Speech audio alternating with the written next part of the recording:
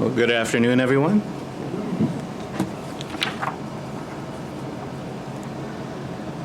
Well, if you've ever read the Harmony of the Gospels, then you know that it weaves the four gospel accounts of Matthew, Mark, Luke, and John into a single account of the life of Jesus. There is one miraculous event that is only mentioned in the Gospel of John, and that I would like us to walk through today.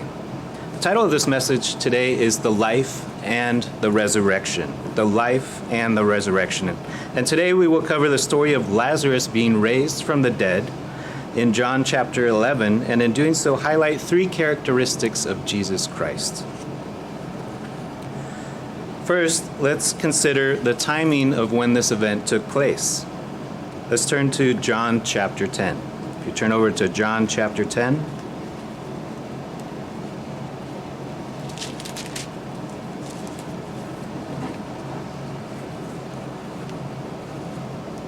John chapter 10 and verse 22 says, "Now it was the feast of dedication in Jerusalem, and it was winter."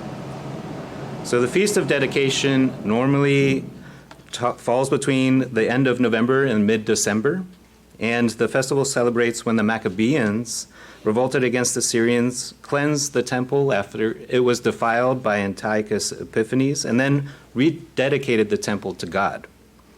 Today, this festival is celebrated as Hanukkah, or the Festival of Lights, but it has some added pagan traditions today.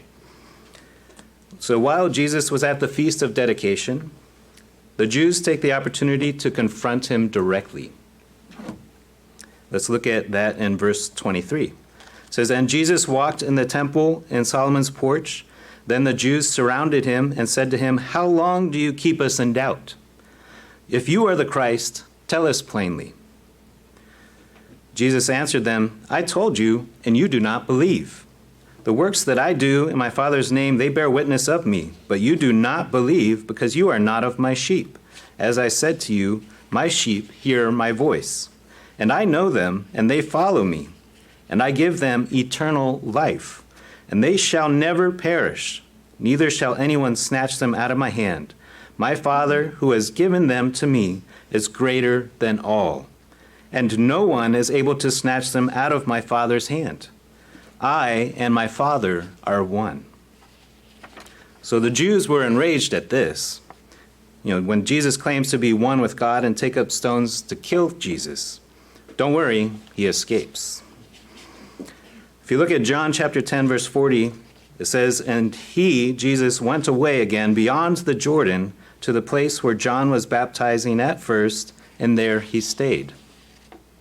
So at this time, the Passover is still 4 months away.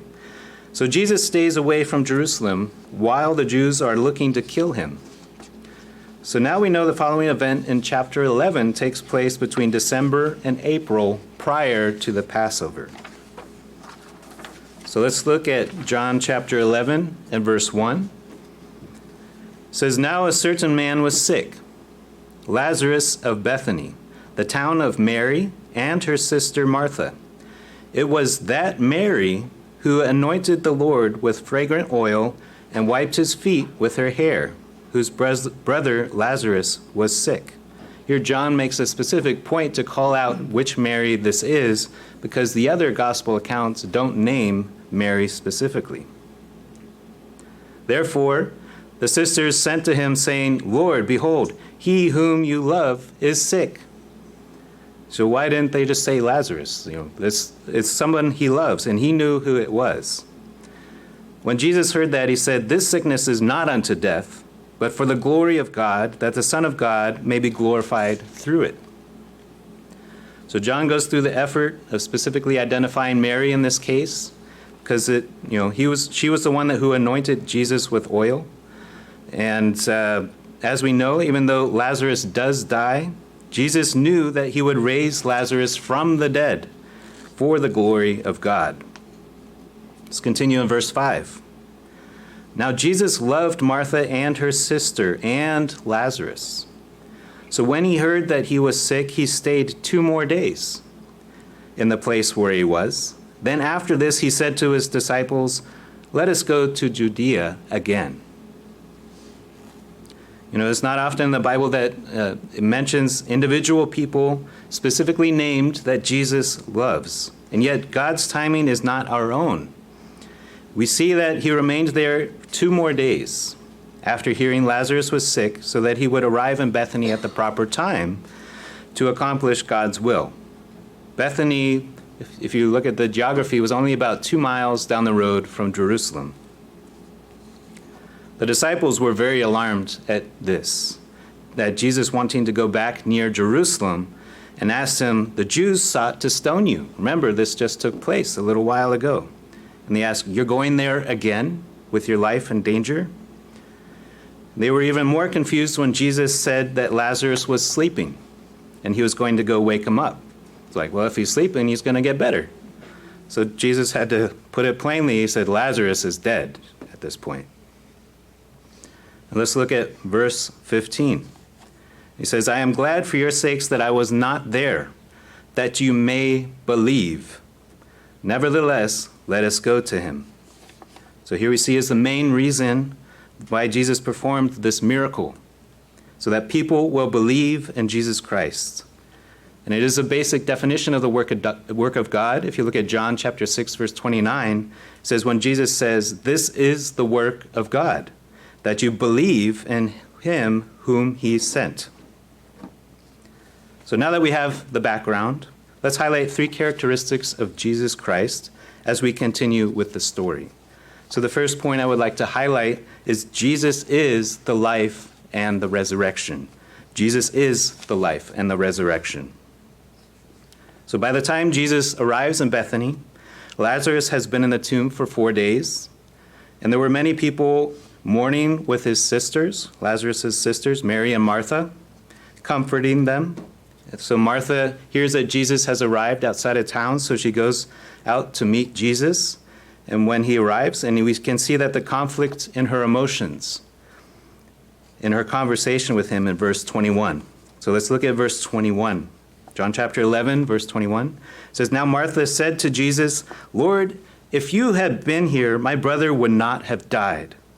But even now I know that whatever you ask of God, God will give you.' Jesus said to her, 'Your brother will rise again.' Martha said to him, 'I know that he will rise again in the resurrection at the last day.' So Martha knew about the resurrection. Jesus said to her, 'I am the resurrection and the life. He who believes in me, though he may die, he shall live. And whoever lives and believes in me shall never die.' Do you believe this?" Well, you can ask this of yourself. Do you believe this as well? If you believe, then you do not have to fear death. You will live again. Jesus says so. So Martha responds that she does believe and leaves to let Mary know that Jesus has arrived. When Mary leaves the house quickly that she was crying in, the mourners with her assume that she's going to her brother's tomb, and they follow her. Verse 32. "Then when Mary came where Jesus was and saw him, she fell down at his feet, saying to him, 'Lord, if you had been here, my brother would not have died.'" So what we see is a natural human response from both sisters. They saw Jesus heal so many people in their lifetimes, people that were sick and that were still living at the time. In fact, if you recall, Jesus did raise 2 other people from the dead, a widow's son and Jairus' daughter.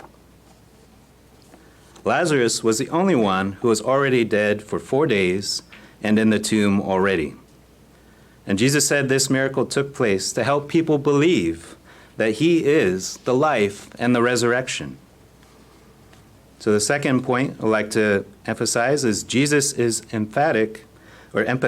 Jesus is empathetic with those who have lost loved ones. Jesus is empathetic with those who have lost loved ones. Jesus is our compassionate high priest, as we see in Hebrews chapter 4, verse 15. It says, "For we do not have a high priest who cannot sympathize with our weaknesses, but was in all points tempted as we are, yet without sin." He had the same emotions and feelings we do. And we see an example of this as we get to verse 33. So verse 33, it says, "Therefore, when Jesus saw her weeping," says Mary is weeping down at his feet, and the Jews who came with her weeping, he groaned in the spirit and was troubled. And he said, "Where have you laid him?" They said to him, "Lord, come and see." Jesus wept. Then the Jews said, "See how he loved him." Jesus was overcome by emotion. There was so much sorrow and crying from the people he loved and cared about. And Jesus knows what it feels like to have loved a loved one die, have a loved one die. Verse 38, "Then Jesus, again groaning in himself, came to the tomb. It was a cave, and a stone lay against it. Jesus said, 'Take away the stone.' Martha, the sister of him who was dead, said to him, 'Lord, by this time there is a stench, for he has been dead for 4 days.' Jesus said to her, 'Did I not say to you that if you would believe, you would see the glory of God?'" Jesus loved Lazarus, as we've seen. And if you pause and think about it, this was a lot to put his friends through. Jesus experienced this all as well and could feel the intense emotions. Jesus knew he was going to raise Lazarus from the dead. We see that early on, that he knew he was going to raise him. But what else could be going through Jesus' mind at this time? Well, Lazarus already suffered through the sickness that he had and died one time already. How long did he suffer with this sickness? Was it painful? Then after being resurrected to physical life, he would have to experience physical death again, a second time. Would that be painful? Would Mary and Martha have to mourn the death of their brother a second time? Lazarus' life would also be threatened by the Jews because he was raised from the dead. And if you just hold your place and turn over to John chapter 12 and verse 10, you can see that the chief priests plotted to put Lazarus to death also, because on account of him, many of the Jews went away and believed in Jesus. So the Jews sought to kill him again. Didn't they realize that if they killed Lazarus, Jesus could raise him from the dead again? You know, it wasn't common sense going through. There was a lot of emotion, a lot of things going on at this time. Well, some Bible commentaries suggest that the threat on Lazarus' life is the reason why the other gospel accounts do not specifically name Mary, Martha, and Lazarus, so that attention is not drawn to them, or maybe they were in hiding. We don't know for sure. But we know that the other 3 gospel accounts don't mention them specifically in this regard. Well, by the time John wrote his gospel, we know that was much later, so they may have already died by then, or their lives were no longer threatened by the people that sought their lives. So Jesus was taking all of this in, you know, what was taking place now, what may take place in the future, or what will take place in the future, their pain, their sorrow, so much so that he wept as well. So far we have covered that Jesus is the life and the resurrection. He is empathetic when loved ones die. Third point I'd like to highlight is Jesus regularly gives thanks to his Father in heaven. Jesus gave thanks prior to the miracles of the loaves and fishes. He gave thanks before eating or drinking at the Passover. And he gave thanks prior to Lazarus coming back to life. If you look in verse 41. John chapter 11, verse 41, it says, "Then they took away the stone from the place where the dead man was lying, and Jesus lifted up his eyes and said, 'Father, I thank you that you have heard me.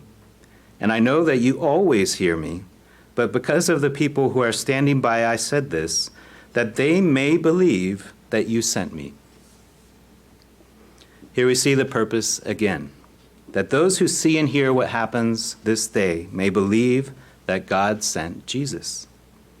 Verse 43, "Now when he had said these things, he cried with a loud voice, 'Lazarus, come forth!' And he who had died came out bound hand and foot with grave clothes, and his face was wrapped with a cloth. Jesus said to him, 'Loose him and let him go.'" Jesus is the Word, And when he speaks, things happen. I'm sure everyone was shocked with their mouths hanging open at this event. We'll hold your place there real quick, and we'll turn to John chapter 5 and verse 24. We'll get a little bit more information about this when Jesus speaks. John chapter 5 and verse 24. Here it says, "Most assuredly I say to you, he who hears my word and believes in him who sent me has everlasting life, and shall not come into judgment, but has passed from death into life. Most assuredly I say to you, the hour is coming, and now is, when the dead will hear the voice of the Son of God, and those who hear will live. For as the Father has life in himself, so he has granted the Son to have life in himself, and has given him authority to execute judgment also, because he is the Son of Man. Do not marvel at this, for the hour is coming in which all who are in the graves will hear his voice and come forth. Those who have done good to the resurrection of life, and those who have done evil to the resurrection of condemnation."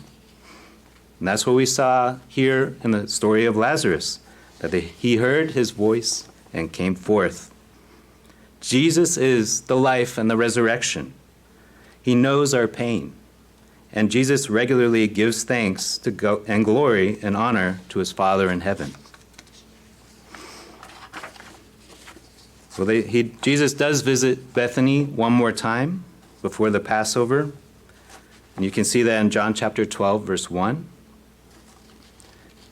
It's a little while later. We don't know exactly how far after Lazarus was raised from the dead, but we know that this event took place 6 days before he was crucified. It was 6 days before the Passover. It says, Jesus came to Bethany one last time and had dinner with those he loved, Mary, Martha, and Lazarus. So Mary and Martha had been mourning the death of their brother just a short time ago, and now Lazarus was alive and eating at the table with them.